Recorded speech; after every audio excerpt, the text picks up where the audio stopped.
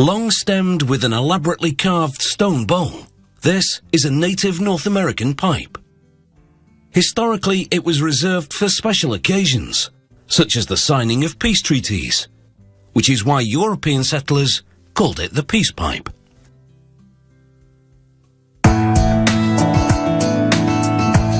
Native legend has it that the mystical Buffalo Calf Woman gave native people the first sacred pipe. It's believed to have spiritual powers. The wisps of smoke from the stone bowl are seen as prayers rising to the Creator. The pipe maker starts with wood like ash or sumac. These species are soft at the core, so they can easily be hollowed out with the red-hot tip of a thin piece of metal. He plunges the smoking hot wire into the soft core of the wood, and it quickly burns through, creating the passageway through which tobacco smoke can be drawn. Now with a plane, he shaves off the tree bark and shapes the outside of the wood, creating a smooth, slim stem. For effect, he carves decorative angled swirls into the wood with a rasp. He then whittles one end of the stem to transform it for attaching the pipe bowl.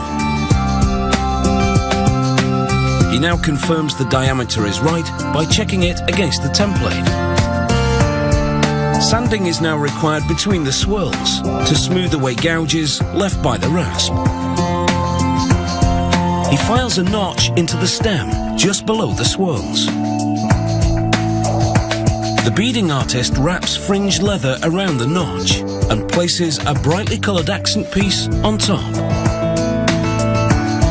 She strings glass beads around the leather-wrapped notch, working with a pattern and colour scheme in mind.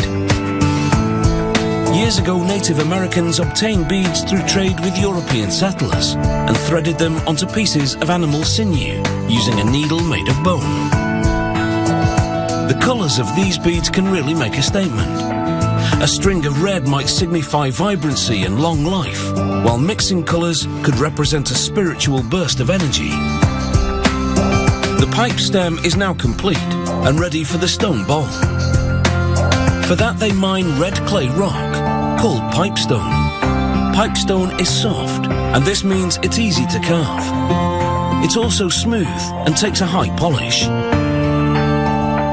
He splashes water onto a chunk to make any flaws more apparent as he evaluates it for carving. With his selection made, he now begins to trace a basic template of a pipe bowl onto the chunk.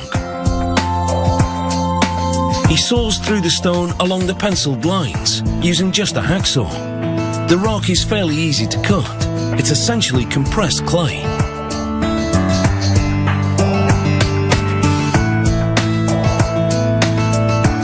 Now nicely contoured, the stone is really starting to look like a pipe bowl.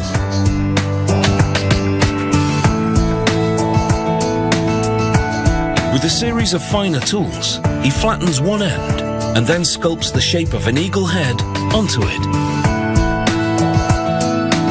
He wields a rotary tool with a fine bit to carve eyes and feathers. Traditionally, natives use sharp flint or bone to engrave details. He now drills into the stone to hollow out the shank and the actual tobacco bowl.